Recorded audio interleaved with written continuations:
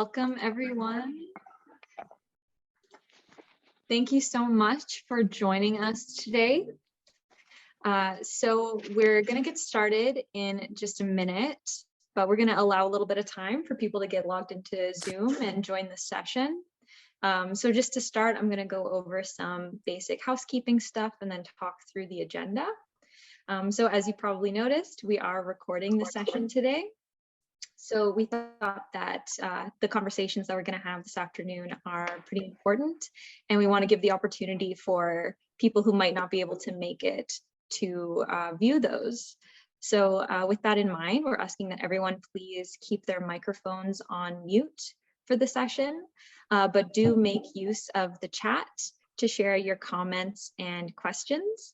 We have a Q&A session planned for later on this afternoon.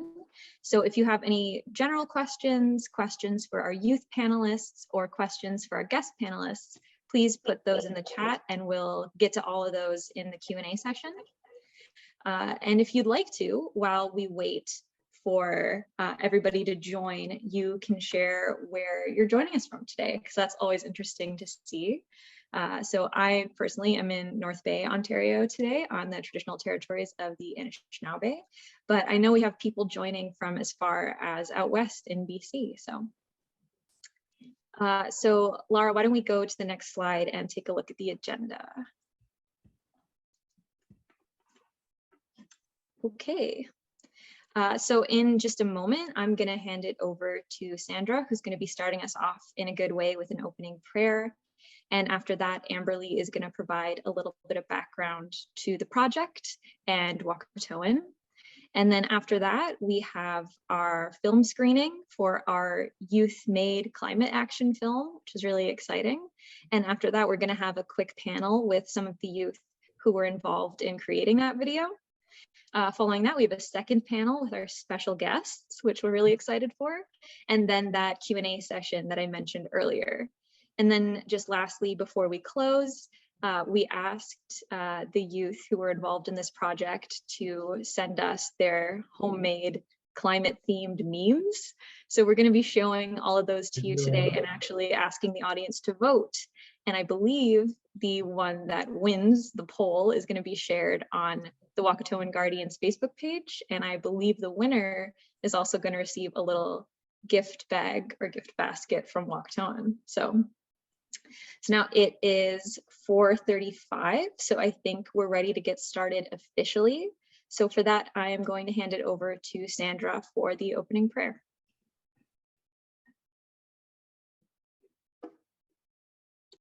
Bache bonjour. Welcome everyone. My name is Sandra. My given name is Sandra. My spirit name is Two White Buffalo Cows Woman.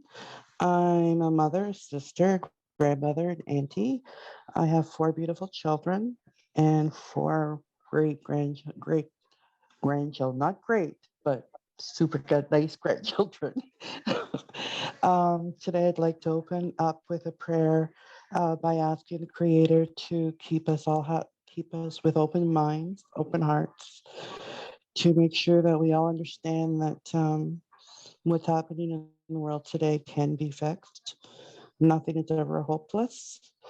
We are trying to educate our youth so that they can be empowered to give us back to us, to give it back to their grandchildren and their grandchildren.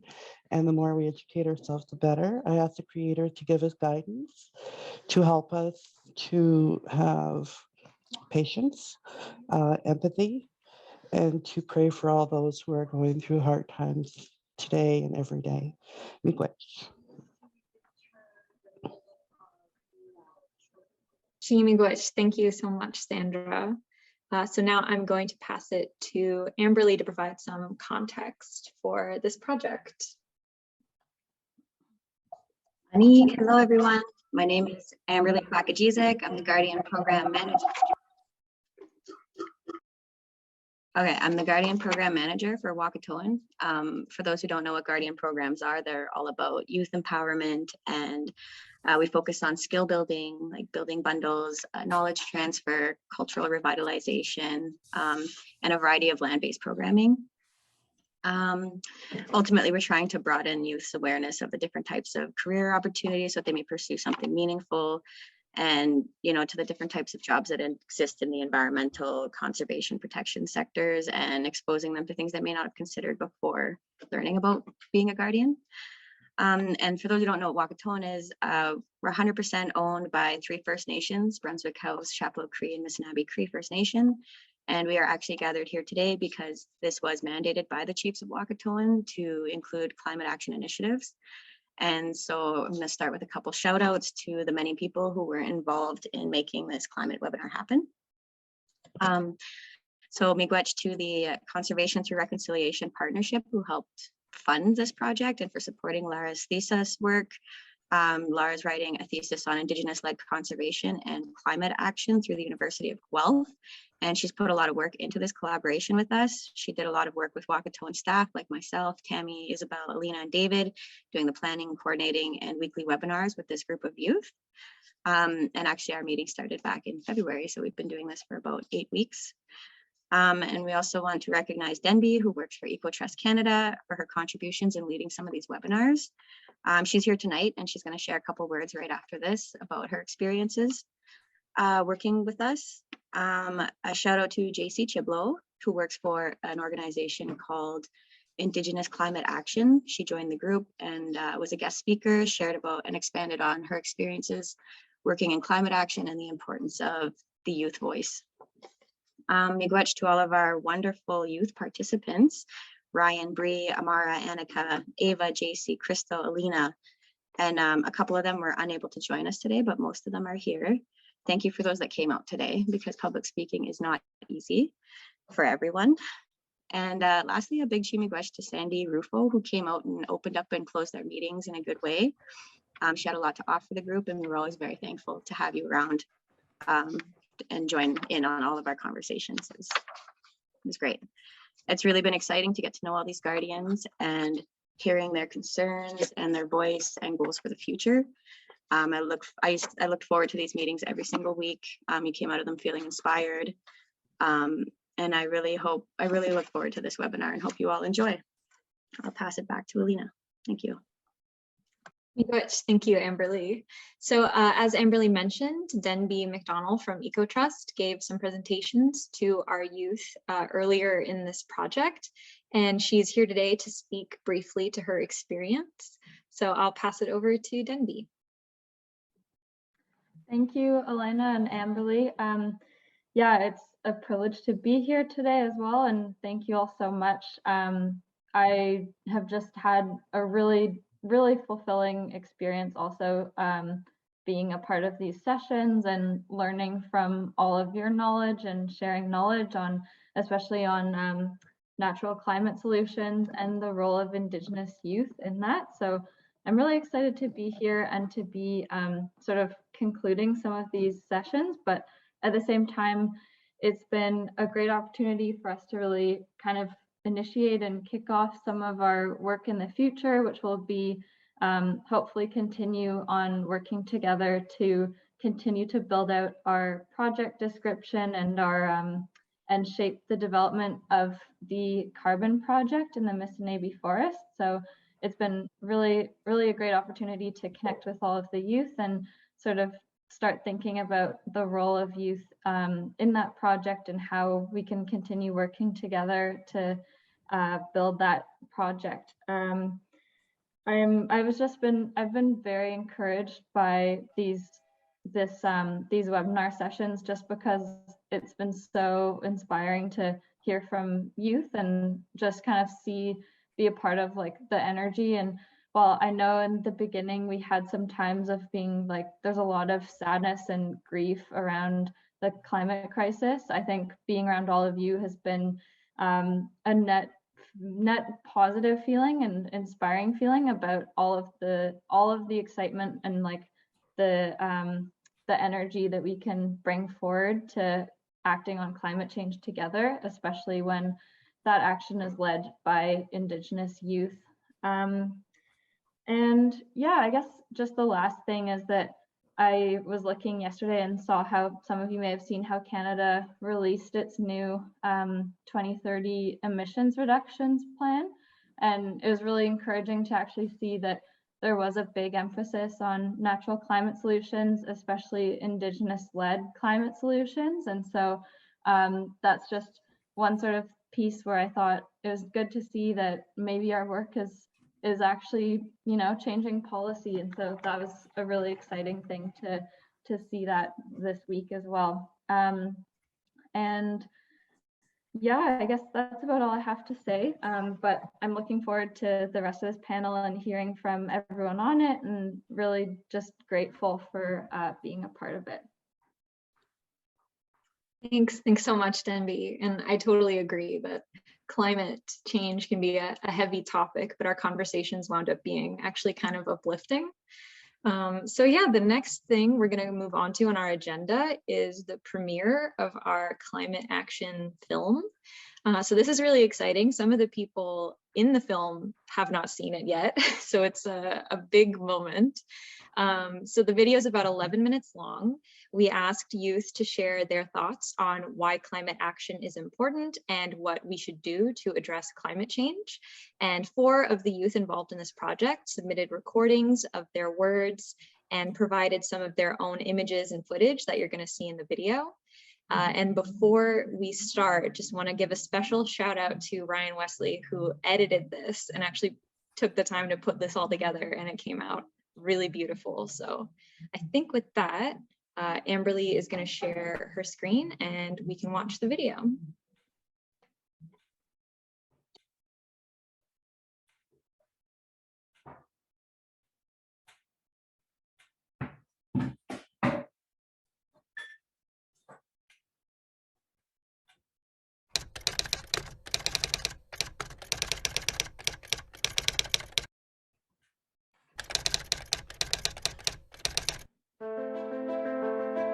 My name is Alina McCullough. I am 23 years old and I'm from North Bay, Ontario. I am a member of Chapleau Cree First Nation. I also have ancestors from Scotland, Ireland, and Belarus. I've worked with Wahkohtowin development since the fall of 2020, and I'm currently a Master of Science student at the University of Guelph. Climate action is important because it's a part of our inherent responsibility to the planet and each other. We all share this task of making sure the places we live that have been cared for by all the people who came before us can continue to be healthy and continue to support future generations. There's this quote in the very first chapter of Robin Wall Kimmerer's book, Braiding Sweetgrass, that has really stuck with me. And it goes, "For all of us, becoming Indigenous to a place means living as if your children's future mattered." I was reminded of this quote when I was thinking about the importance of climate action because of its emphasis on future generations and on how changing our worldview requires actively taking the initiative to change how we live. Climate change is already affecting every country on every continent of the Earth. At that scale, we can think of ourselves as all being Indigenous to this planet, with all of us having a responsibility to live as though our children's futures matter. I heard it said recently that responsibility is a more powerful concept than law. Laws are rules that are created and enforced by a legal system, while responsibility is understood inherently.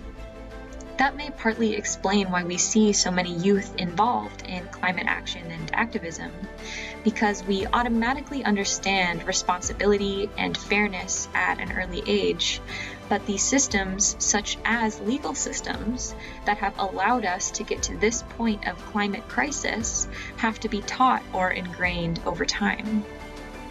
We can all take climate action by practicing responsibility to our Mother Earth, to future generations, and to all our relatives, both human and otherwise, and by looking to youth who have not yet been forced to lose or forget this inherent understanding of responsibility to the planet. As part of this climate action movement, I think what we are seeing are more and more youth and people in general seeking to become Indigenous to the earth, according to this definition in Braiding Sweetgrass. I'd like to start by quoting David Attenborough, who has had the privilege of exploring the world where he observed nature for nearly 70 years. "We are at a unique stage in our history. Never before have we had such an awareness of what we are doing to the planet, and never before have we had the power to do something about that. Surely, we all have a responsibility to care for our blue planet. The future of humanity, and indeed all life on Earth, now depends on us. His dedication to the study and documentation of the environment has provided him with valuable insight on the changes to climate patterns and its effect on nature. His knowledge has echoed the truth and wisdom that many First Nations and elders have known all along. Climate action is important to me because I was raised to have a deep appreciation for nature and all living things. The natural beauty of the earth is sacred to so many. Plants and animals rely on normal weather patterns, comfortable temperatures, reliable food sources, and healthy ecosystems to thrive. With the change in climate comes uncertainty for all living things and the habitats they are accustomed to. I have seen the effects that the climate crisis has had on Mother Earth, with the strongest local weather events being observed this past year. The urgency to change our ways as a human race are more important than ever to secure a sustainable future. This is more than an inconvenient truth, it's a devastating reality. But there is hope. Human activity is the main contributing factor to the climate crisis, which means that we have control as a collective species in deciding how we continue. There are many reasons why humans contribute to climate change, but the underlying cause is lack of respect for Mother Nature. If everyone had respect for Mother Nature, their actions would be beneficial to the planet. If everyone respected and understood the causes of climate change, I would like to think that they would make proactive adjustments in their lifestyle to support their beliefs. There is a concept that people can vote with their money, and if everyone was cognizant of what and where they were buying products from, this form of retaliation would have a strong impact. My deep connection with nature has provided me with the empathy needed to respect and care for the planet. It is thought that immersing oneself in nature is a form of healing. Spending time in nature not only heals the spirit, but also enables you to connect and appreciate all the wonders of the world. If you learn to see yourself as an extension of nature, you begin to form a level of awareness that makes it difficult to ignore your impact. I'd like to conclude my contribution by offering another quote by David Attenborough. No one will protect what they don't care about, and no one will care about what they have never experienced. Hello, my name is Ryan Wesley. I'm currently enrolled in the Fish and Wildlife Conservation Program at Sioux College. Why climate action is important to me is because we have one planet, we have one home, and we need to take care of it. We're not really doing a great job right now, and our planet is dying. I just think of all the animals that don't have a voice, that are suffering from our actions. I hope that we can all come together as one nation, put all of our differences aside, and work together to better this planet, because we really need to. Like I said, it's the only one we have, and we're not treating it that well. We're not treating Mother Earth that well. That's why climate action is important to me. Climate action is important to me because we only have one Earth, and we need to honor that in all of her beauty and sacredness. With all of the winged, the crawlers, the four-legged, we're all connected. And if the Earth is not healthy, then we can truly not be healthy either. There's so much beauty in Mother Earth.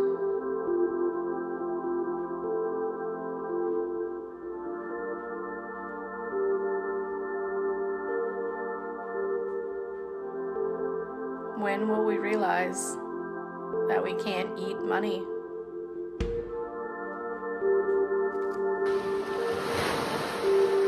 We have to be mindful of our personal eco-footprint.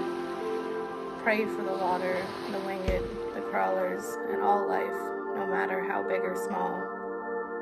And switch to a green source of energy. Listen to the first peoples of this land.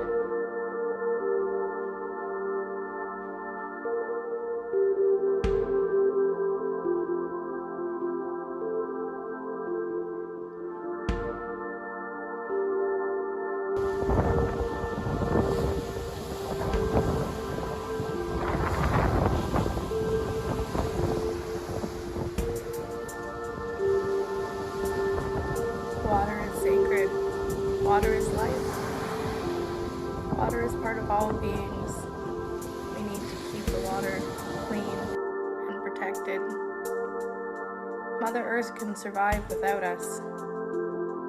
We have to live in harmony and balance together. Demand, petition, and protest to the government and political leaders to find renewable and safer, cleaner sources of energy. Look at the beauty in all seasons, in all directions. How do we take this for granted? Why do we take this for granted?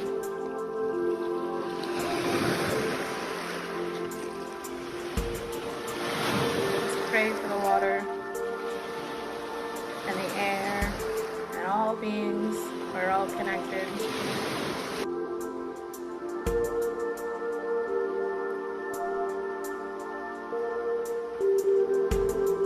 Let's take care of Mother Earth now and honor the 7 generations before us and for the 7 generations to come.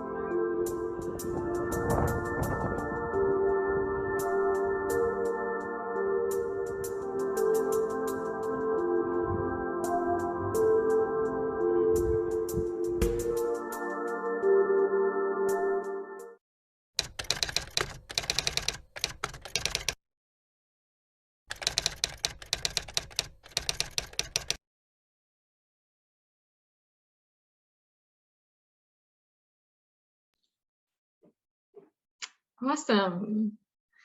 So yeah, like I said, thanks again to Ryan for putting that together. I think it came out really great. There might have been a little bit of lag with the video over Zoom, but hopefully it still came through. So the next part of our session today is we're going to be having a quick Q&A panel with the youth involved in this project and some of the youth who contributed to that video that you just saw. And the moderator for this session is going to be Crystal, who you just saw speak in that video. So I'll pass it over to her.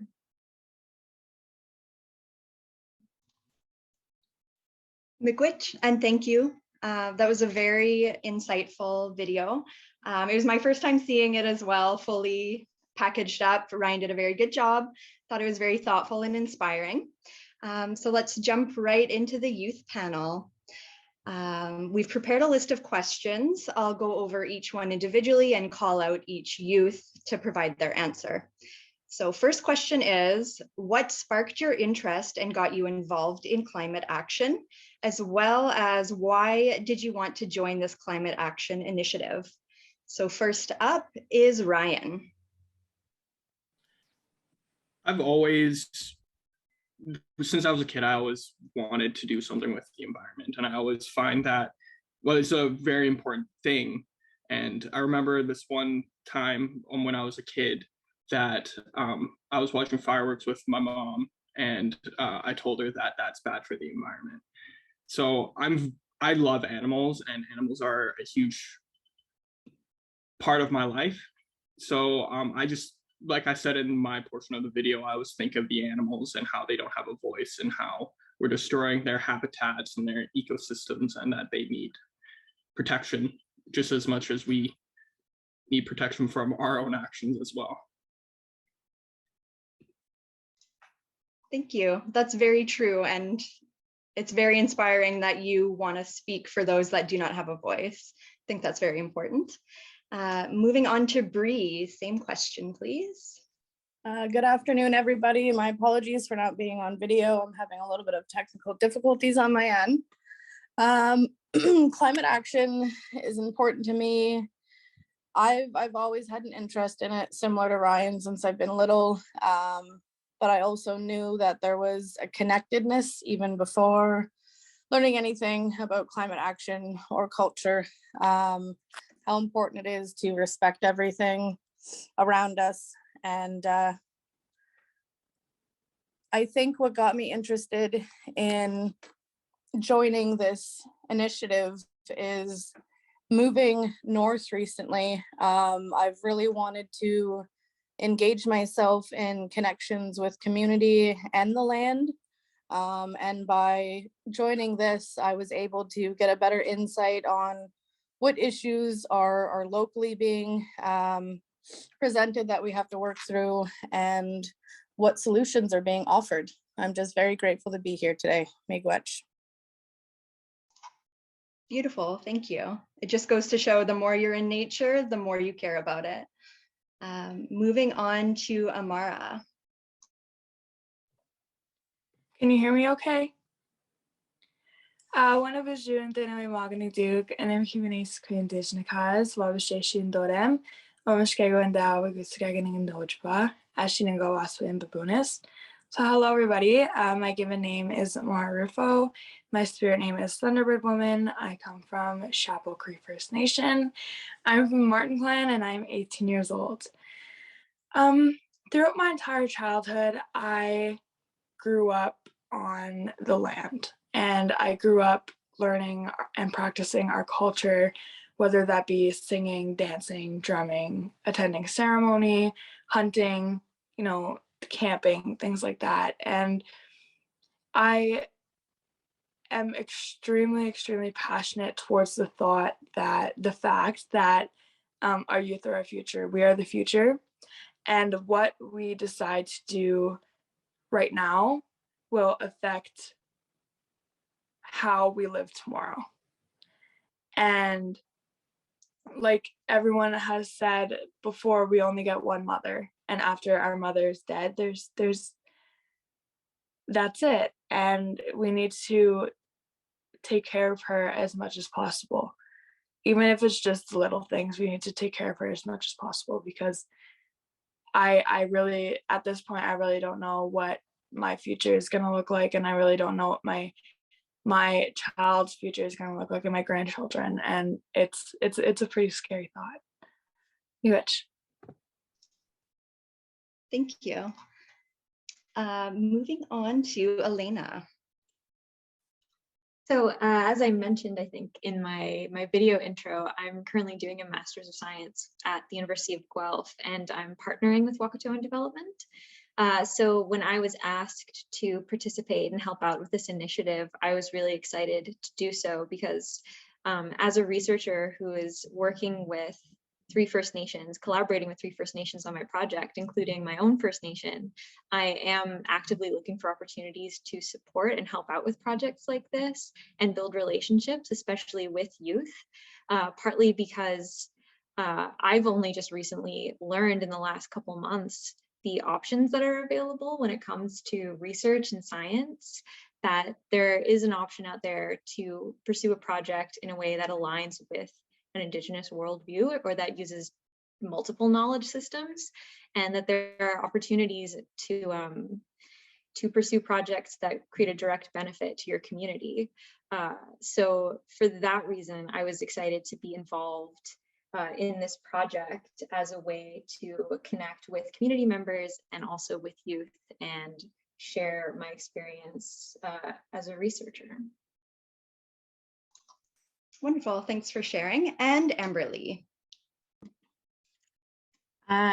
Yeah, so I am one of the leads in this and part of the planning, but I would have definitely been drawn to a climate action group like this for the reason of just wanting to be surrounded by like-minded people and talking about like solutions and actions that we can actually do and like put the boots on the ground and just really like make change. And like I'm really always concerned about the health of our water and just the fact that a lot of people don't have access to that and deal with that crisis on a daily basis, and that's just wrong. So I want to make change, and I'm here to find people, recruit people, and try to do it together, find that right team. So yeah, miigwech. Thank you for leading that. It's very nice to see youth getting involved at that level. You're definitely leading the change in certain ways. So moving on to question number 2, why is it important for youth to be involved in climate action? And we'll jump back to Ryan. Well, I think it's important for youth to be involved because it's their future and it's their home. And whatever is started now, there will be continuing the change, and they will be making more changes in the future. That's like the main reason why I think it's important for youth to be involved. Perfect, thank you. And back to Bree.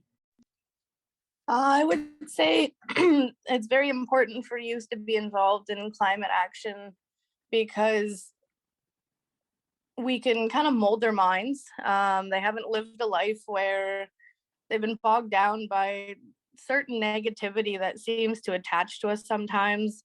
And not to say that that's a bad thing, but that's part of life. But we can give them the knowledge that otherwise has been taken from us to certain degrees, and give them the teachings and show them that there is hope and we can pursue a life in peace and harmony with Mother Earth. We just have to have programs like these, like Wahkohtowin and like the youth-led experience that we're going through today, to give the youth the opportunity that there is hope out there. Thank you, very true. And as they say, youth do have kind of a clean slate, so it's good to make the right impressions early on. So I will ask on Amara now. As I was saying before, I think it's super important that youth are involved just because they are our future. We are the future, and I can't say that enough. And when youth tend to get involved into situations that need change, I believe that more people are willing to kind of have an open mind because the youth are going to them about that. Like, think of Autumn Peltier, for example. She's like super young, and she's made a huge impact in this world. Mitch. Thank you for your insights. It's very nice to hear from someone that is very deeply entwined in their culture. I think that's very important as a youth as well. So I will jump to Elena. Thanks, Crystal. So I agree with everything the other panelists said, and I don't want to spend a lot of time repeating them. But I think the biggest reason for me that it's important for youth to be involved in climate action is because I believe youth are more capable of imagining a different reality or a different future than what we're currently living in. So sort of as was alluded to by the other panelists, and as I covered in my portion of the video, just not having the status quo of the way we live as ingrained. Yeah. Perfect, thank you. And Amberly, anything to add to that? Yeah, I just think it's just important to remember that everything comes from the land. You know, we come from the land, and feeling that connection would really, it's instrumental in wanting to treat the land with respect, I guess you can say. And like for me, working with the Guardian program, I get to do a lot of projects that are land-based, and it's really strengthened my relationship with Mother Earth, and it only makes me want to get to know her more. And I just hope that other people get to join and do these experiences as well and really grow that relationship because it's important. Very well said. Once you start this kind of work, you're just on one track after. It's hard to ignore. And we have one final question for the youth panel, and it is, what do you wish for future generations? Ryan? I always see a future where everyone's connected, everyone's unified, and all working to the same goal. So I hope that we can get past of all the differences that we have as humans and realize that we're all the same. We all live on one planet. We all have the same home, and that we need to fix it. So unity is one thing that I like, diversity and having tons of people from all walks of life working together. Thank you. And that's very true. Having a common threat usually brings people together despite their differences. And I will jump on to Bree. I would have to say having clean drinking water for every single person, every single youth, every single elder and individual on Mother Earth. That's really what I wish to see. Thank you. And I definitely agree. Water is everything. And Amara. So not only the healing of our land, as like even like just looking outside is pretty sad, but also everyone being educated towards what's really going on and how terrible it is and how much that can affect their future. Miigwech, thank you, Amara. That's very true. And on to Elena. So my wish for future generations is that they are able to appreciate and enjoy the earth. I was just reminded earlier today when I was thinking about this panel of this article that I think went kind of viral a couple years ago, and I had to read it for a class in school that was called The Uninhabitable Earth, which was a really bleak article about climate change that basically was laying out how in however many decades or however many years, like, we're not gonna be able to breathe the air, it's gonna be too hot in the summer for us to survive, like really dark. So first of all, I would like for that to not happen. I would like for future generations to be able to enjoy the earth in terms of being able to survive on it, but also be able to enjoy it as in being able to enjoy it like aesthetically the way that we do now, and be able to enjoy it on a more spiritual level, like be able to be in relationship with plants and the animals and all the other beings that we share the earth with, and that we don't lose more and more of those other beings to like extinction. So yeah, I think that's my wish, is that not only does the earth stay inhabitable, but it stays, I guess, appreciable on those other levels. Thanks, Elena. And to Amberly. Very much in line with what everybody else said. I wish that for future generations that their lives are not affected by the actions or lack thereof of ours today, and just that they may all have a life of connectedness with the land and access to everything that they need to live a happy, healthy life. Beautiful. That concludes the youth panel. Thank you to everyone's contribution. I think everyone had a lot of valuable insight.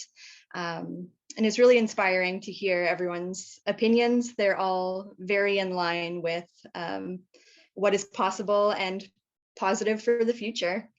So with that, I'll hand it back to Elena. Thank you, Crystal, and thank you so much for moderating, and thank you to our youth panelists. It was another really great discussion. Like I said earlier, all the conversations we've had as part of this project have been really great. So now we're going to move on to our second panel of the afternoon. So we have a second panel for you of practitioners who were chosen by the youth involved in this project.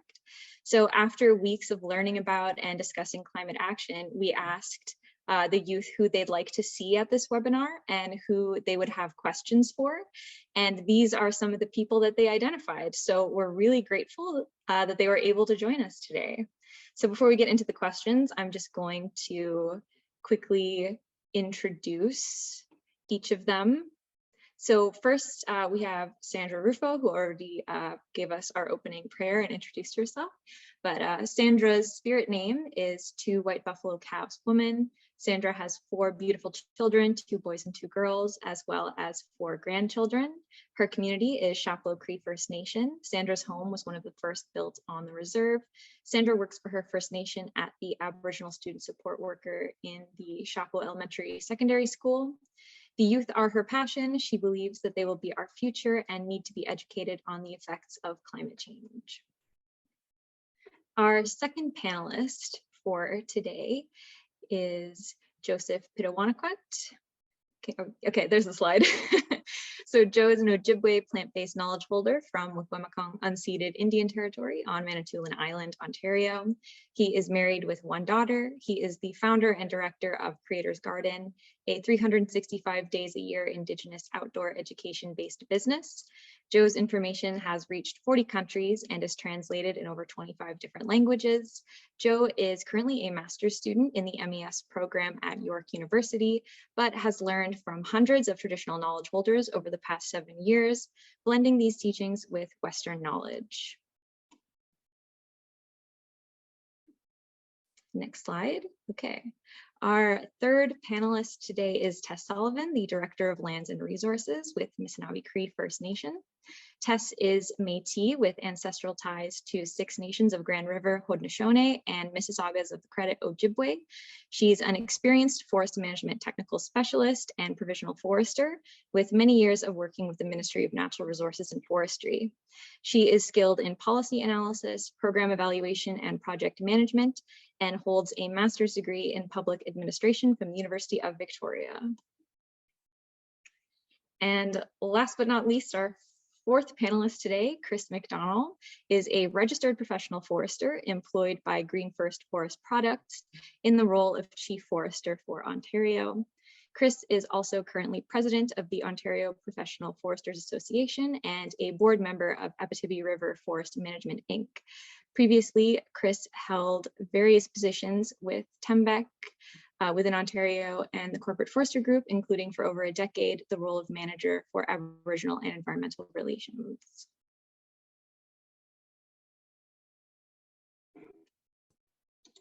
So thank you again, all of our guest panelists, and welcome. We have a couple of questions that we developed with the youth participating in this project that I'm going to be asking all of you, and we want to give each of you a chance to answer all 3 of the questions. So feel free to jump in whenever or interrupt me, or feel free to pass as well and we can come back to you.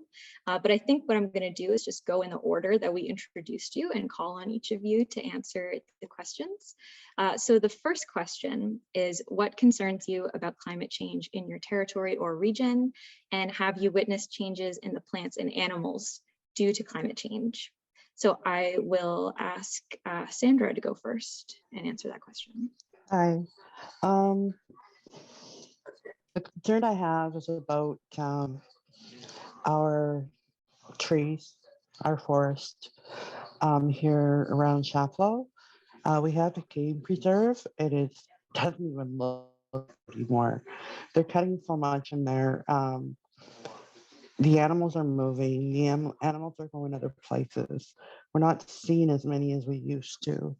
You drive down the bush road, and all you see is cutouts. It's really sad.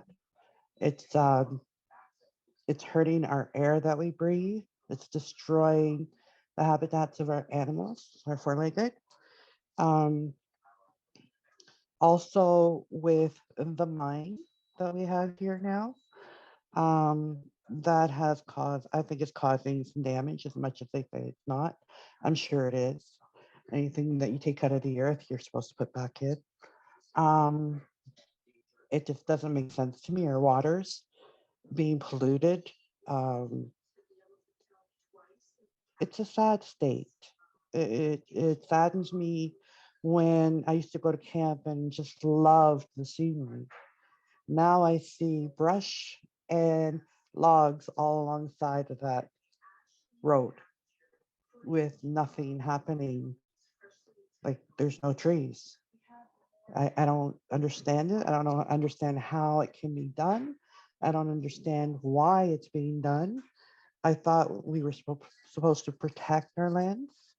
Um, I feel that as an Indigenous person, we don't fight enough. I feel that we don't um, use our voices loud enough. We need to gather together and we really, really, really need to show people that this is wrong. Generations, our future generations don't even know what it used to look like and they will never know. And I'm afraid that one day those future generations will be living in bubbles. And I'm seriously like domes to be able to breathe air that is pumped into it. That's how I feel. I feel that I don't know. The land is all connected. Our water, our land, our skies, everything's connected. The air that we breathe. Um, we need to take care of it. We need to take a stand. Like people are dying. Animals are dying. We have diseases that are caused by the lack of clean water. It's just it's sad. I know we can make the change, and I know if we educate our youth and empower them, and I'm really proud of our Indigenous youth right now because they do have a voice. They have a voice more than we did. I did as a young person. We were told to be seen and not heard. So today our youth are like really, really letting us know what's going on.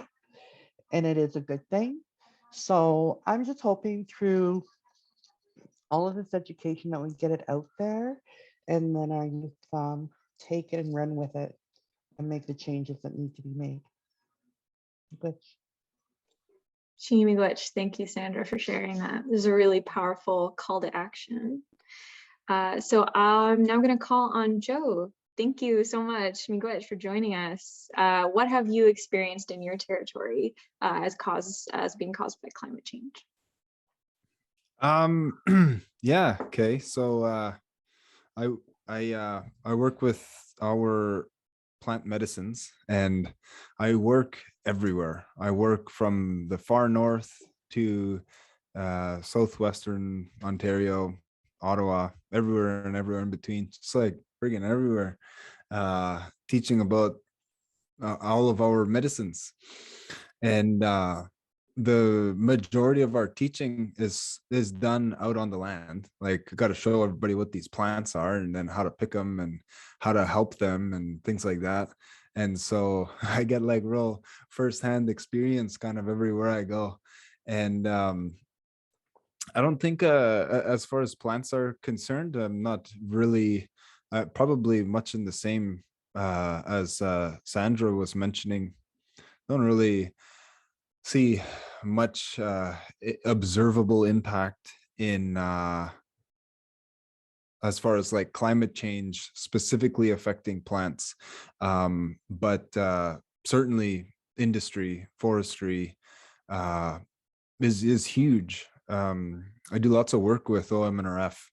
I had a presentation with their senior policy analysts, but they brought me put me in front of like 250 different ministry representatives, or however the heck that works. And I started talking about all of our different medicines and how and our experiences, you know, when we go out and we're with a community, or I'm doing it by myself, just the clear cutting or the spraying, the pesticide sprays, the brush suppressants and things like that, kind of affecting all of the places where we go and get medicine. And their response to that was, oh, I thought you just picked blueberries and hunt moose and eat fish and some birds.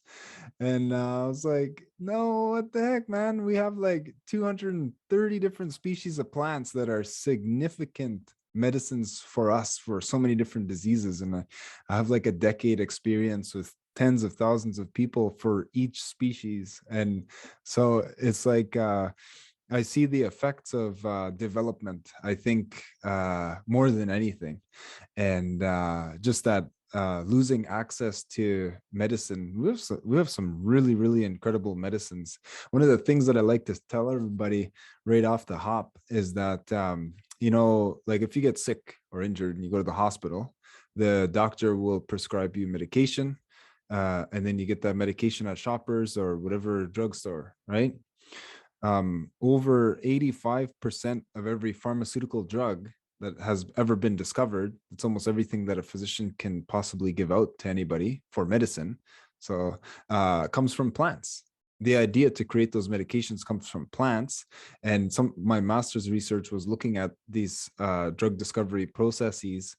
Most of those plants come from the Great Lakes region. They come from our home. They come from the Schnabeke.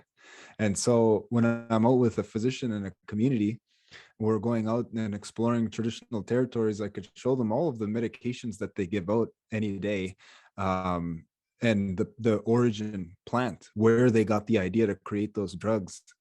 And just to kind of understand that process of drug discovery, really simply the way that it works is the researchers will take that plant and identify one chemical that is most active out of like 250 different chemicals inside of that plant. They'll take one and they'll identify its mechanism of action. So how that plant is able to accomplish that job, and they create a synthetic drug that mimics or tries to mimic that one chemical from that one plant, of which there's like 250 different chemicals.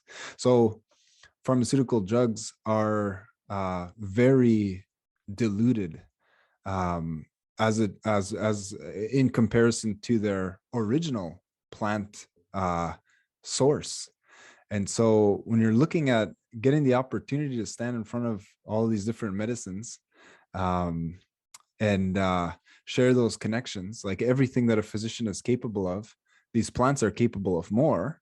And they're right there. They're right in our backyard. They're throughout our traditional territory.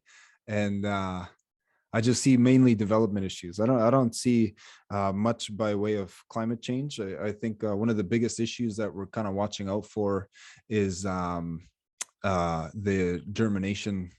In order for plant seeds to properly germinate, they need to be cold stratified for most of our species here, and so they need, a lot of them need at least 3 months, sometimes 4 months to where they're frozen.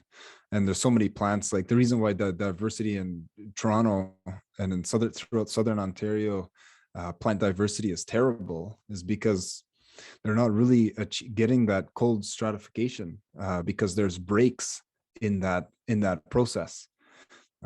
Maybe that can be something like a climate change issue. The other thing that I kind of wanted to say, it's actually super cool. I'll say it real fast, but it's kind of neat. The knowledge that we have of how this part of the world works is friggin' phenomenal. It's crazy.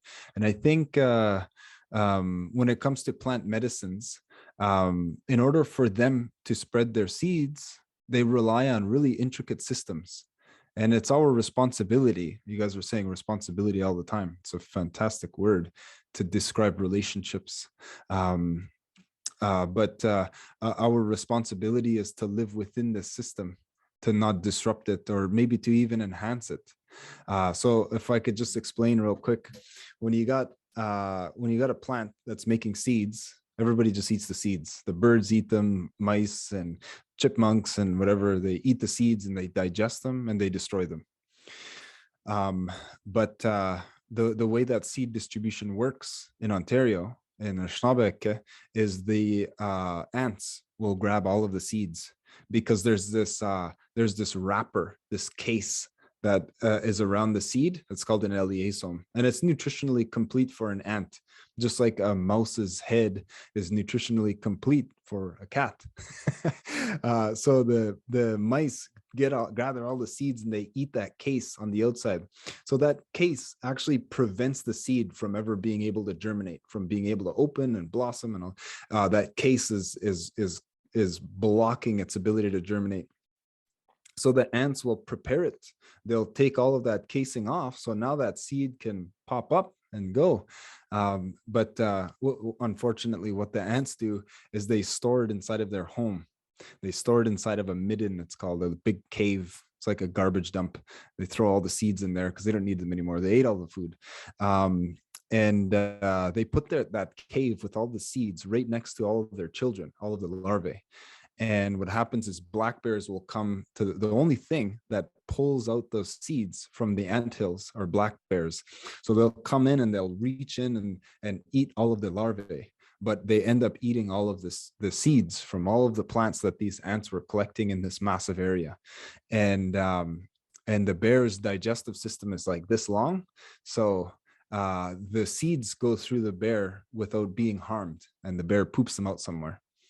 And then the mice come and looking at the bear poop, and they're like, look at all this food. Look at all these num-nums.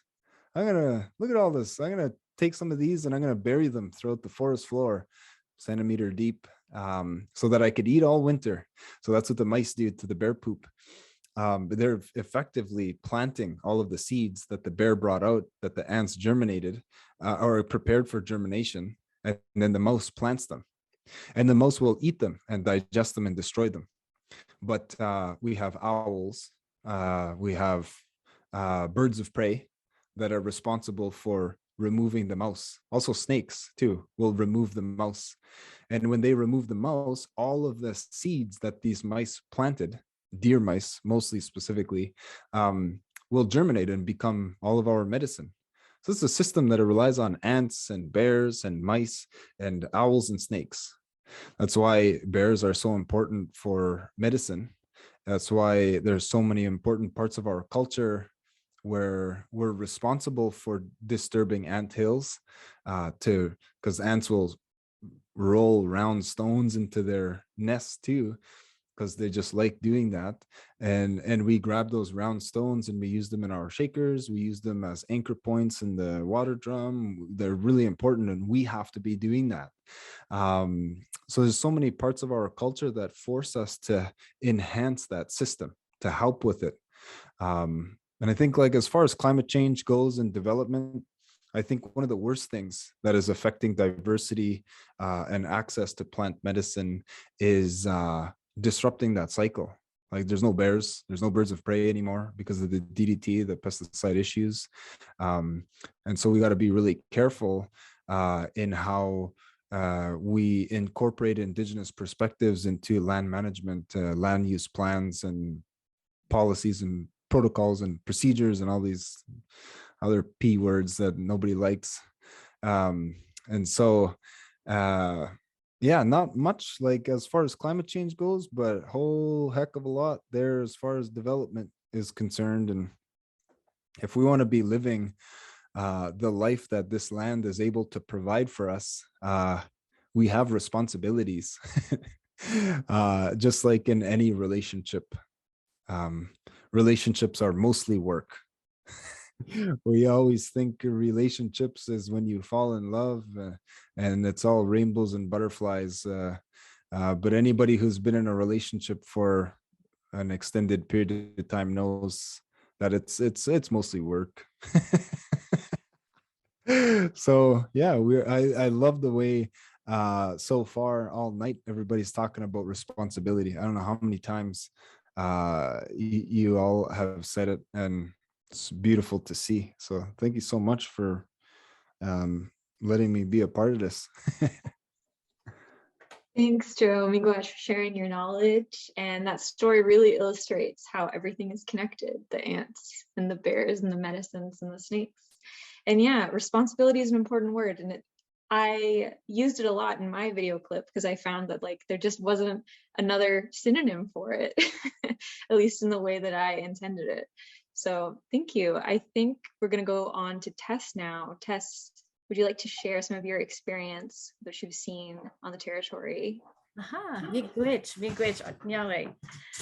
So the question is about concerns, right?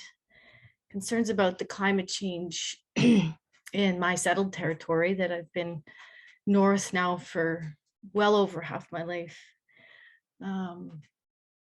And so I guess my biggest concern when I thought about this question is it's so hard to predict the changes and the events that can happen as a result. We know that the world's warming globally. And from what I understand, that Northern Ontario, is already warming twice the global average. So we know that it means extreme weather events in the forms of floods or drought, fire, tornadoes, hurricanes. We're seeing it all in the news. I try not to watch the Weather Channel too much, but trying to prepare to react accordingly to whatever comes our way is actually completely overwhelming, because we are like the ants. We're really, really small compared to the great creator. And so I guess we have to know how to recover and adapt. And we have to think of, being in the wake of significant events. People that are way up the coast are no stranger to those significant flooding events and the horrors that it can bring to communities.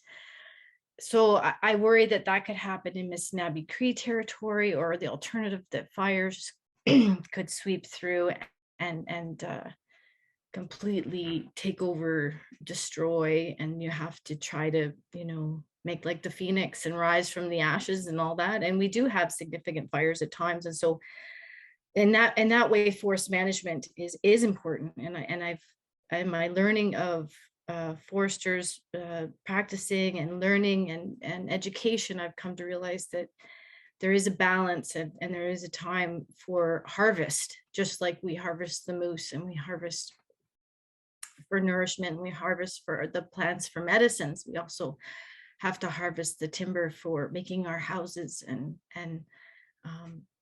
and for keeping the balance, for keeping Mother Earth in balance. Fire, but adding fire is also important too.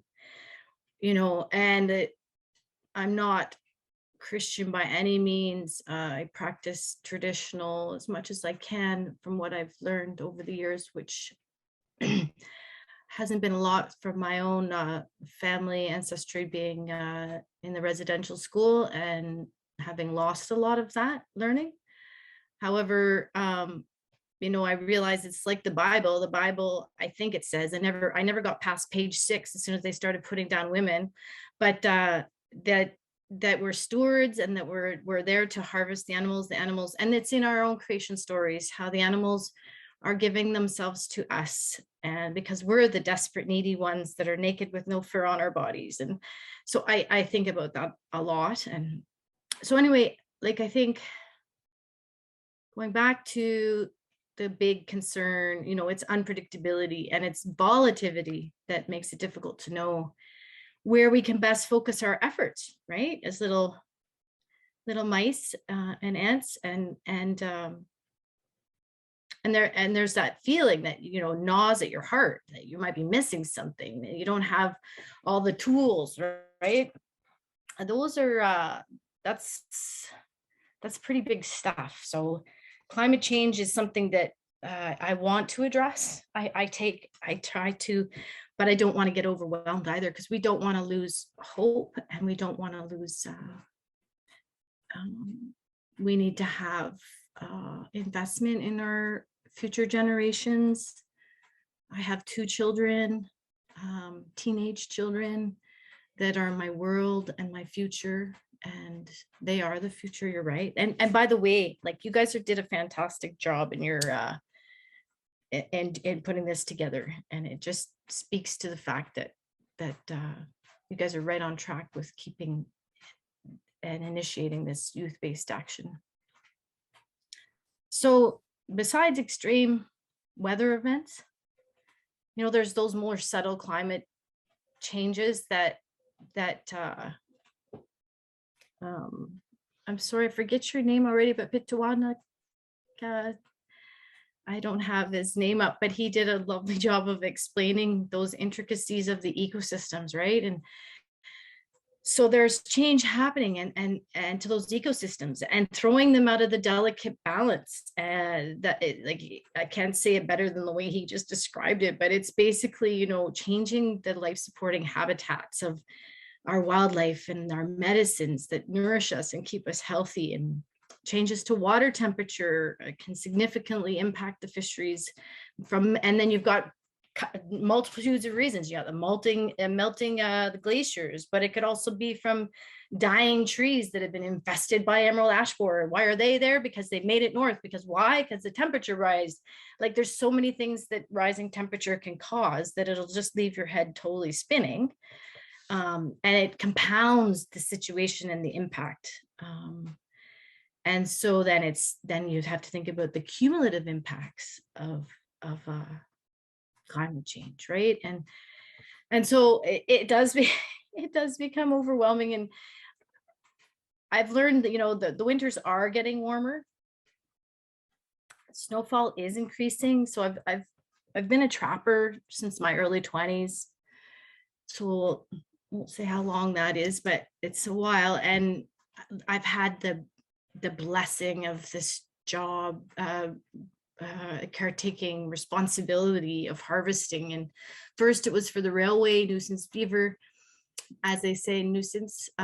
But, you know, in having those jobs and that responsibility and taking that job back when I was 21 years old, when I was a vegetarian, and I almost didn't take it. I said, I can't kill things. I don't.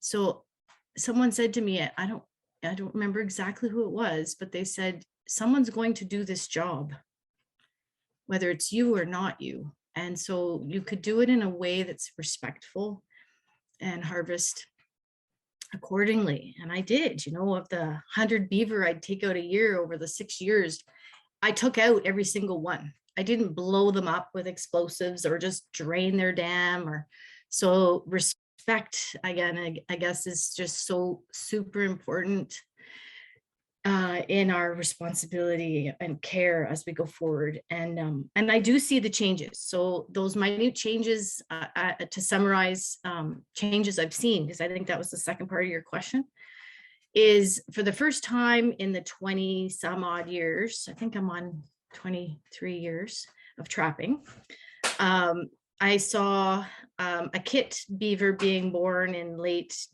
November. I think it was November, Donnie? And I thought it was a muskrat because I've never seen a beaver being born in late, a kit in late November. And so that's definitely got my radars up. And dragonflies in October, starting to become a regular occurrence, not for the last 2 years, or no, last year, but not this year. Like there's, you know, there's definitely certain indicators of change that are occurring. And then I would say overall snow load, like the 13, 15 feet. Like I know Sault Ste. Marie's got that a lot, but we're just seeing some changes, I think, overall. In as the weather warms, we're going to get more snowfall and then melts and thaws. And I'm not sure how that's going to change the waters. I know it will have an impact. We can't know it all, but anyway, I remain, I think, like you say, responsibility, respect, and coming from a good place in your heart, and then a team, just like what you've got going here, is what's necessary to move the mountain. Miigwech. Thank you, Tess. I love hearing your stories about being a trapper. It's so cool. Yeah, glorified weekend, but yes. I mean, especially a 21-year-old vegetarian trapper. Yes. I love that. It transformed my life. Mm-hmm. Okay, so now I'm gonna ask Chris. Chris, do you have any personal experience or concerns relating to climate change that you'd like to share? Yes, and first I'm humbled to be asked to join. And hearing all of the comments is so much to learn and gather in. I'm in Timmins, Ontario today on Treaty 9 territory, and I'm a forester. I work for a forest products company and have for or been a forester for some 30 years, and have children in their 20s who I can tell you wouldn't listen to me as long as perhaps the audience here might. So I'm humbled, and I'm as a non-Indigenous person, but as you mentioned in the bio, in forestry, I've had the opportunity to work in British Columbia and Manitoba, Ontario, and Quebec with many different nations, Algonquin to Ktunaxa to Cree, and working in relation to forestry harmonization and various transformative approaches. But in terms of the topic today of climate change, in forestry, it is a large landscape, and so from the traditional science perspective or the European science perspective, researchers provide all different kinds of models that, they show what model the impacts of climate change and the impact on forests. And so it's very scary. It's very alarming to see models of tree species moving northwards, and some decades from now, jack pine may not be in certain areas, and maple trees in theory will move north. Well, boy, so in terminology like the assisted migration of tree species, and so it's quite daunting to imagine that, and in thinking about one aspect of forestry is planting trees and seeding areas that have been harvested, and there's lots of efforts. We hear 2 billion trees should be planted in Canada, for example. Well, choosing the right source of seeds for trees that have a lifetime that will be over 100 years. So selecting those locations and doing that in a mindset of resiliency. In other words, thinking about how when trees are being planted, or actually planting less, doing more partial harvesting or using natural regeneration more and more, because it may be more resilient to adaptation to climate change. So there certainly that's a significant preoccupation in thinking about forests decades into the future. The more immediately, certainly on the ground, and when we walk around and get out and look, and you see the variability of weather patterns and the influence that has on young seedlings, heavier snow at different times, freeze and thaw cycles have a lot of impact, as well as the one of the issues that Tess mentioned, which is insects and disease, invasive species or even native species that are more common in some locations. So forest health is, I think is a unifying concept that really is so important, and climate change is having and can have an impact on health of forests that are that need to be conserved and maintained for biodiversity. Thanks. Thanks, Chris. So I think maybe for the next question, I might flip the order and start from you again, Chris, if that's okay, because our next question is, what is your organization promoting to respond to our changing climate? And specifically for you, Chris, how can the forestry sector be more sustainable? Well, it's a great question, and so in thinking about that, the use of materials for our our use is a really important decision, and we'll probably perhaps talk a little bit more about this later. And so the good thing about the forest sector is its renewability. In other words, and in contrast to other building materials, it has strengths. It has the ability to be renewed. And one of the key focuses is when trees are being harvested to use and brought to a location is using parts of the tree for other purposes as well. So using the sawdust that comes from the sawing of lumber process to heat kilns so that fossil fuels are not used to generate and replace fossil fuels, create heat and electricity from other parts of the tree, similar with bark being used as well. There are more challenges that clearly exist. And so looking at, and we'll be undertaking some different harvesting practices to better utilize the parts of trees while retaining enough branches and materials in the forest that rot back into the soil as well. So there's certainly the way in which the trees that are harvested are used in the best possible way. Renewing the forest either naturally or through planting is critical. It absolutely is, and doing that in recognizing it takes a while in our northern climate for forests to return to the age or condition.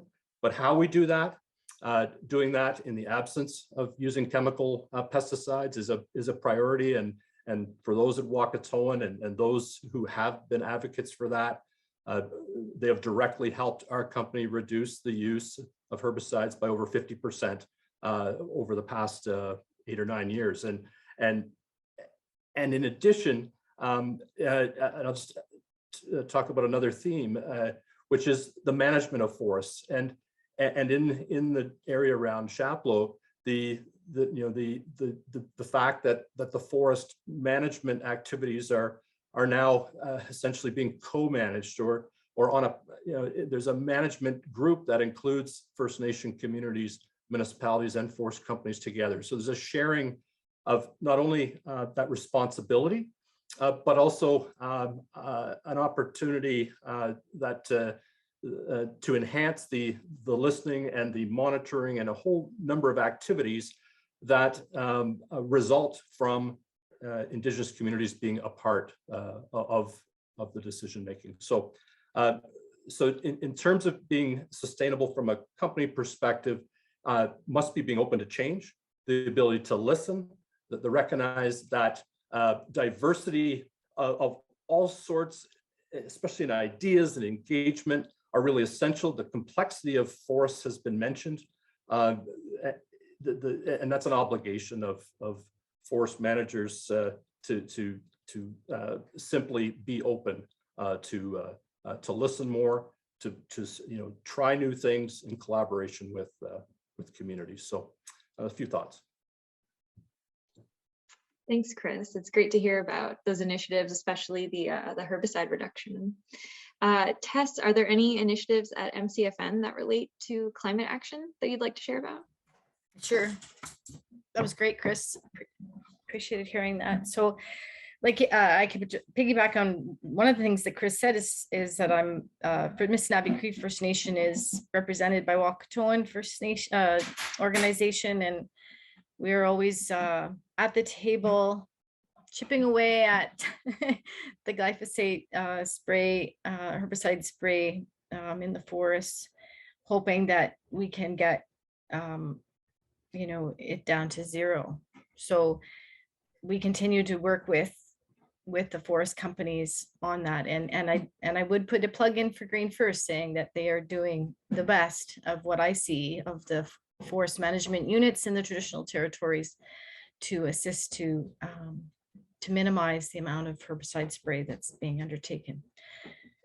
And herbicide spray is not just about the worry of creating monoculture, beating back the competition and destroying the other tree people like poplar and the birch, but also the concern for spraying of the spruce budworm, which is a different forest health issue, I suppose. But when the spruce budworm is food for the birds, like the rosebeak, the Canadian warbler, and the I forget the other little one. I can see them, but they rely on the spruce budworm. So we're also looking at that angle of spray. And again, it's about that balance, trying to find that balance and maybe alternative methods. So we're at the table for all of that good work. But we've also applied to, like, we're a young department. We've been around for about a year and a half. But that said, we have a couple of really great projects underway that are supporting our community's response to climate change and I believe helping to aid Mother Earth. So we've applied, the biggest one, I guess, we've applied to First Nation ADAPT funding. It's a funding program of ISCs, and we'd like to conduct a comprehensive survey of flood and fire risk throughout the traditional territories, with particular focus on the budding reserve community. And I think we've just about got it landed. Our ISC representative is going to champion that forward to get that funding on April 14th. So it's pretty big. It's going to entail a first phase of community outreach. And then it's got also expert geophysical modeling, drone training in that. And ultimately, it's going to provide us with those map products that will help us predict what may occur. And then we can get to that next and not the last phase. There's never going to be a last phase to something like this. But once we've got a better idea, the closest idea of what we can, the big picture of what we could potentially assume might happen, then we can plan. We can start, the planning can start to on how to act, prevent, mitigate, and adapt. So I think that's the biggest one that we've kind of got underway. Took a couple notes. Let's look here. Yeah, I mean, I put it's the first stepping stone to building our toolkit for climate change resilience, is to have those mapping products in place. And we've already reached out to provincial government. We've received our Fire Smart maps. Circling back around to Green First in the work schedule of forest harvest, looking at some of the stands and balancing the values. We're doing some ground truthing of some of the members' traditional values, medicinal plants, and juxtaposed against whether that stand is over mature and actually a fire hazard. And so I'm going to be working with the members on that to hear what they have to say and see if they're okay with, I guess you'd call it the compromise in between. Your community will be more safe from fire, potential for fire. The compromise being that there could be some impact to those values. So there's that going on at a minute level. So we also completed a project last year to monitor for emerald ash borer. So we got some funding from Environment Climate Change Canada to survey for whether the dang little beetle has made its way up to Missinaibi. And so far, from what our project survey results have shown, there is no evidence yet of it actually being established within the Missinaibi forest. Now that said, we could have missed it, or it could come up with firewood annually, but just not survive the winter. We got some black ash stands that are within the reserve area and then outside in the traditional territories. And it's our responsibility to respectfully ensure that they are cared for. So we're working on that. And so the first part of surveying and getting to know that is we're getting the community involved, and in getting the community involved, it might get the word out to not bring firewood in, and become more aware culturally of the significance of black ash and of basket making with black ash. So we've got those kinds of things underway, and we're hoping to do another project this summer to monitor for bats, the little brown myotis and the long-eared, northern long-eared, both of which are getting significantly impacted by that white fungus on their noses.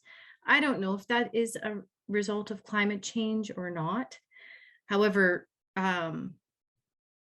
what the survey is also going to do is use it involves acoustic monitoring if we get this one underway. And that's going to involve also, then we're going to survey not just for the bats and their existence, but we'll also be looking at some of the other species at risk, such as the Canada warbler and the short-eared owl. So, and then from there, we're going to build upon our capacity of acoustic monitoring, and we're going to have some community expertise there to continue the efforts of abatement, that way, recovery of significant critical habitats, that kind of thing, to try to help along our other little relatives. So that one's exciting and always spinning. Lastly, I would talk about a project that we've just recently become involved in called the Land Resource Visioning Tool, developed again by Environment Climate Change Canada. So they've done some pretty great stuff, and they reached out to Indigenous communities, and they've got a tool that they wanted piloted. So we took that up, and we've had a couple of workshops already to bring the species at risk, those that are within the potential, that have a range within the traditional territories, to talk about them, to present on those species at risk, talk about why they're at risk, how badly are they hurting, how can we help, and then we're doing community outreach to say, have you seen these on the traditional territory? So it's just all, building up the appetite and getting the juices flowing in our mouths to really start caring, because somebody said it already tonight, you can't care about what you don't know about, right? So learning as a community, those things that are hurting on the land, and how to help, and how to build their desire to be citizen stewards, spark their inner interest. So we're doing that, and hope to build upon that as we go. Thank you, Tess. It's really exciting to hear about the capacity that's being built at MCFN. So I wanted to acknowledge that we're at 6 p.m. and I believe our panelists are good to stay on for a little bit longer and continue the discussion.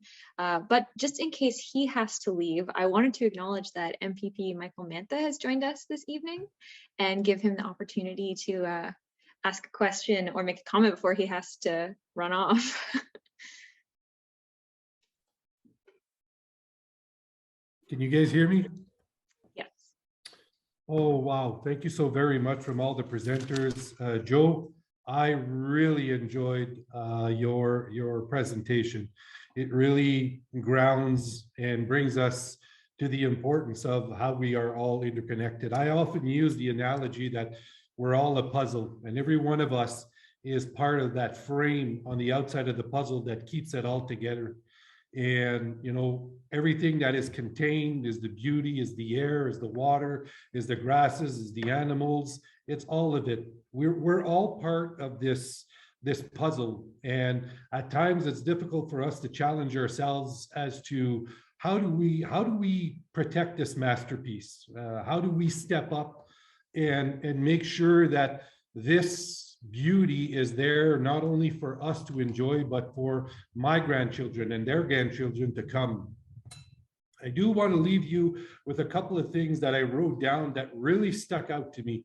And the early presenters, particularly the youth presenters, is you've left me with an impression that we need to act, and that act is dire. It can't wait no more. Our words are not enough. And I'm speaking on behalf of a politician. And saying the right things and not following through with the right actions is not enough no more.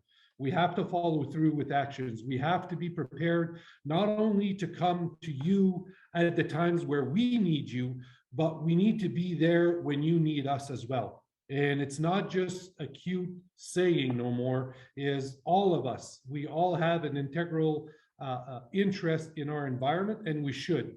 And there's two other words that really stuck out because I've underlined them and I've actually circled them about 4 times. It's together and responsibilities. And that's the only way that we're actually going to own up to what we have to get done. And I'm looking, and my staff tells me I do have to run, but I thank you.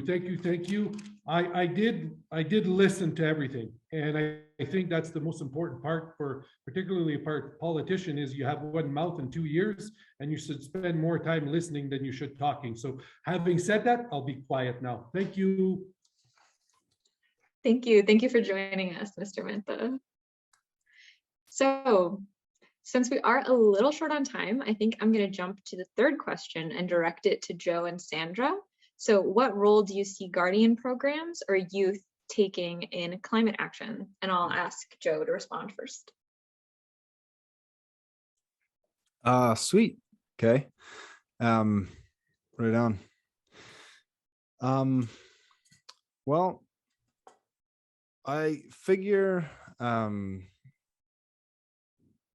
well, the only picture, the only process that I really imagine is the same that my grandmother had explained to me.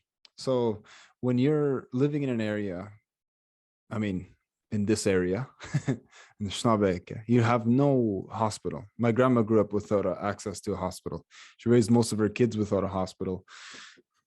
And so when you don't have a hospital, you got to know what plants to use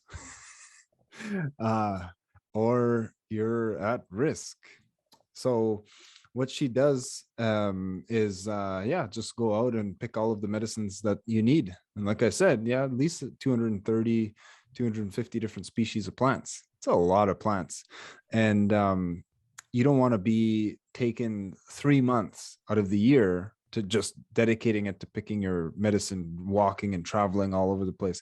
Now it's easy, got nice vehicles now, but back then it wasn't the case. All right. So what you would do is you would bring all of your medicine back home, and you would only place your home in an appropriate area. And one of the biggest factors that made it appropriate was you were surrounded by a variety of ecosystems, so that you could bring your medicine and have your medicine right outside your house. So in Indigenous environmental impact assessments, we actually use this as a proxy to be able to identify old, not homesteads, but maybe settlements, I guess, where we have spent a considerable amount of time. Maybe a few generations were raised in an area. You could find these really incredibly dense concentrations of really diverse plants that is ecologically very, very uncommon. And so we're responsible for this process. I mean, if we want medicine, we got to make sure that it's there. And so you take wherever you're living, wherever you're at, and your responsibility for this process, if you want to have medicine, it's got to be there. And our responsibility to put it there, to make sure that this is as close to our homes as possible, to make sure that all of these medicines are embedded throughout our traditional territories. And what that means is we're responsible for diversification of our lands, like we always have been. We've always been planting our medicines everywhere. And that's a practice that was very effectively removed from our communities, and knowledge that was very effectively removed from our communities. But we're responsible to bring it back, to say, hey, let's work with an area that is nearby our community, identify some of the species that are missing, and put them there. And so that's one of the things that I've really been focusing on for like the past 6 years, I guess, is not so much teaching about medicine, but all of the work that's required in those relationships. And so now, just like I think it was Ryan Wesley who was talking about being in a like a fish and wildlife program, like at Algoma or whatever. I work with fish and wildlife at Fleming College, and they have ecological restoration programs as well. And just that idea of ecological restoration, it was just something that you had to do if you wanted to be able to live here. You need to have access to medicine. And so if you wanted to be able to live here, you had to be responsible for ecological restoration, ecosystem management, and constantly, ecology. So constantly diversifying our territories. And so you think of people doing this throughout urban areas that have minimal access to green spaces, but all throughout our territories. The impact that this is going to have on pollinators, the impact that it's going to have on human health, the resiliency that is created in a forest that has a diverse flora, that has lots of different types of medicines growing inside of it. And so that's the image that I picture, just my grandma in the houses that she lived at. You need to have your medicine there, so you better plant it. And then when you plant it, all of the other beings that share special relationships with that plant will be able to come and hang out. I really like the pollinator work that we do. But there's other things too, soil retention and just like all kinds of benefits for that. But when you just think of like our responsibility, that's a really good process to kind of be a part of. We remember it this way. I don't know if any of you ever heard, or you'll probably hear over and over again now, probably for the rest of your life, is we have this idea that the medicine that you need will start growing right outside your home. And it sounds magical. Sounds like, like it'll float there and magically start growing there. Maybe that's sometimes what can happen. I guess I cannot rule this out, but this is an observation that we've had as children, that all of these medicine plants were right outside grandma's house. Now I have to travel for a half hour to find it. And then when I find it, there's pesticide signs everywhere. But like grandma always had it right outside her house, and when you need that medicine, you're gonna find it. And when you bring it home, you bring the seeds home, you bring those seed banks home. And then I live in Peterborough, so in a really pretty urban area, and you should see the amount of plants that are in my yard. That should not even be here. I got like all kinds of medicine all over the place just from seeds flying out of my garage.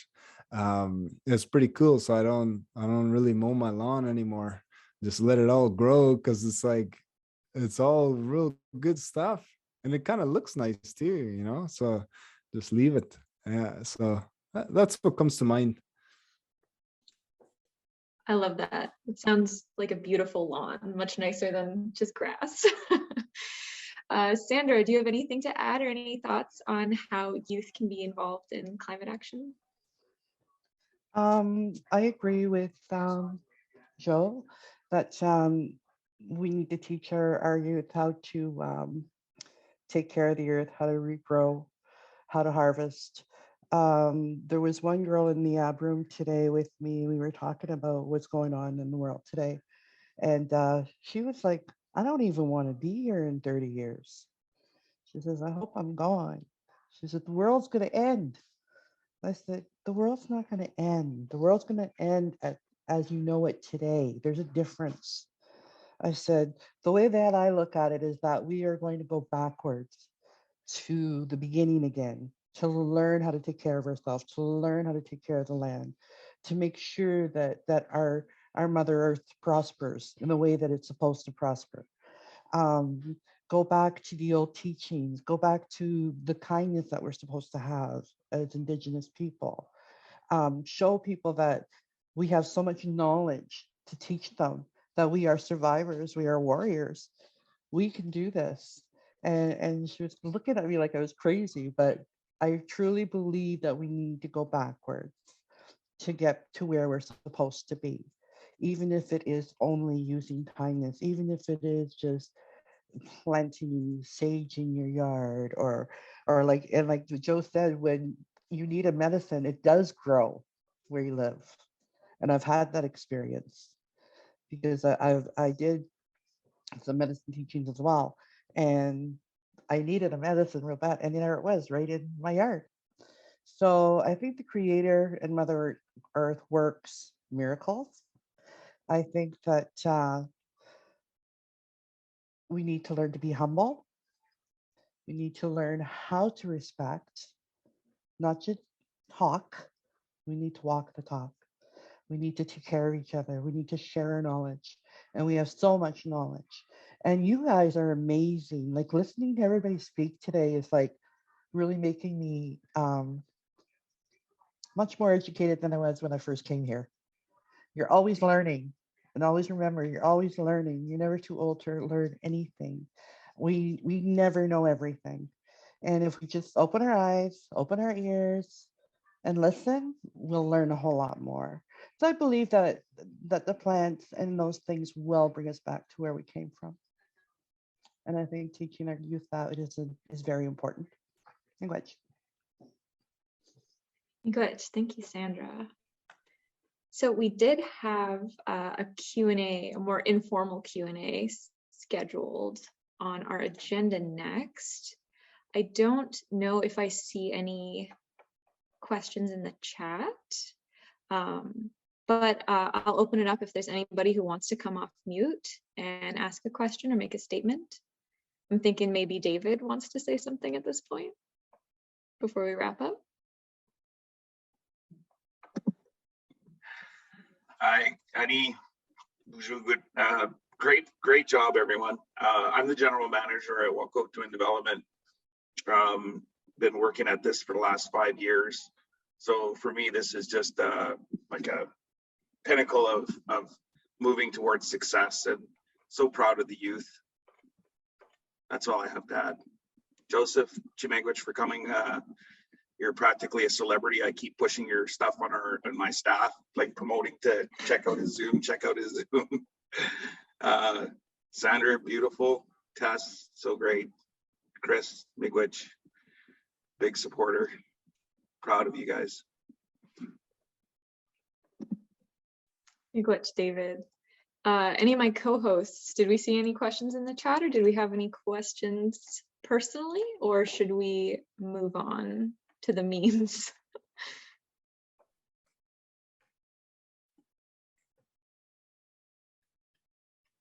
I will give an opportunity now also to another comment I saw in the chat was from Jeremy, which is a really great comment, but I was wondering if Jeremy, if you want to come off mute and speak to that or add anything to it, now would be a good time.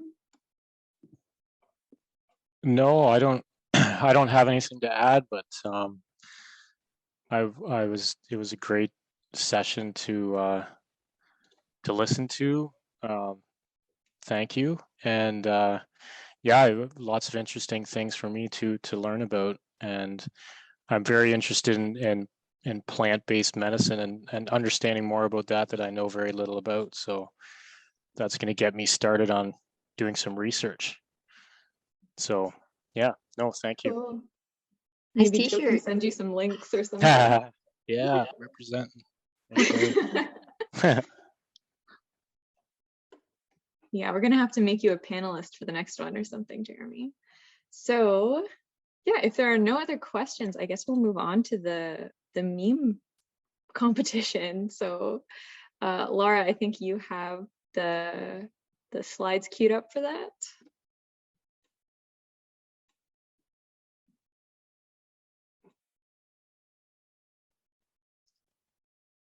So is this an example, or is this one of them?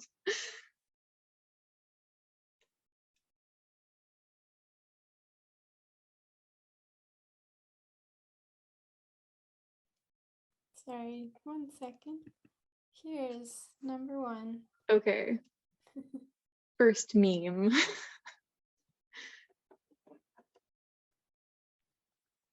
I just have a quick question on how we're gonna vote. Are we all gonna put a thumbs up or a heart to kind of tally? I believe there's a poll, but if you want to use emojis to react, that would be fun. So I think we're just going to share the poll at the end and everybody can pick their favorite.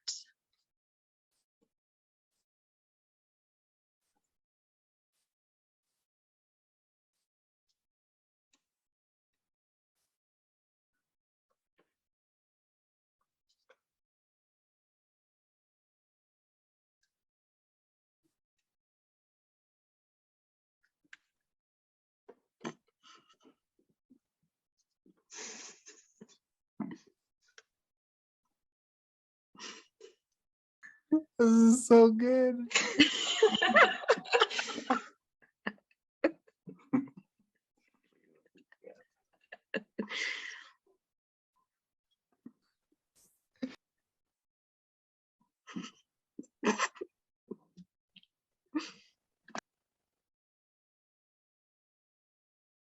Beautiful. It's crazy. Those are all fantastic. It's amazing. All right, so those are the contenders 1 through 6.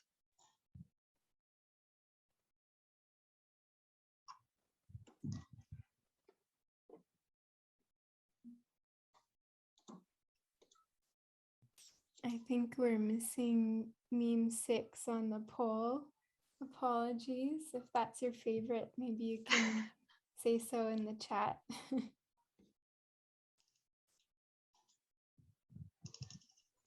It looks pretty close.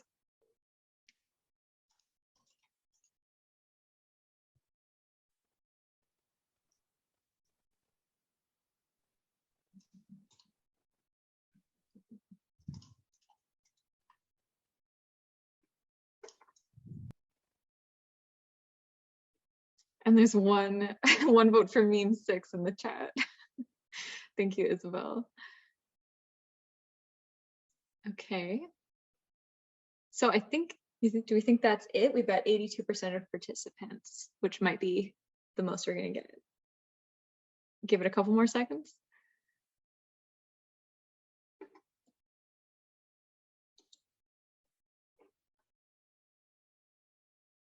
Okay.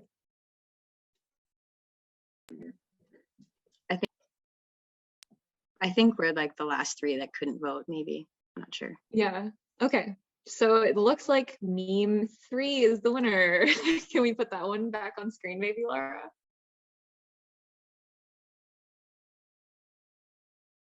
This is the winner. And I happen to know that this one was made by our youth panel moderator today, Crystal Law. So congratulations, Crystal. And I think that means that she's gonna get a little gift package from the Wahkohtowin Guardian program.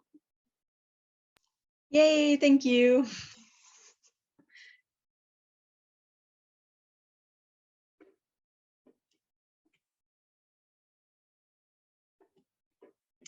Okay, perfect.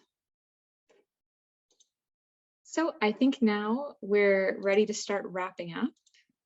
And I'm going to pass it back to Sandra to give us our closing prayer. Which I just wanted to say in closing that I've been humbled by all your knowledge. It's really nice to see the young people being so active and so passionate about our climate.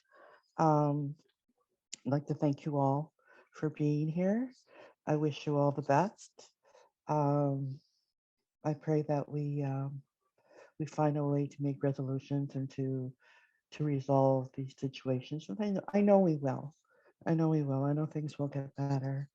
I pray for all your wellness. Pray for your families. And until we meet again, bye-bye. Miigwech, Sandra. And thanks again, everybody, for joining us. Thank you again to all our panelists. Thank you for our youth who participated in this project and attended today and spoke so well. in the panel session. And yeah, Bama P. Have a great evening, everyone. Miigwech, everyone. Bye. Thank you. Thank you. Bye.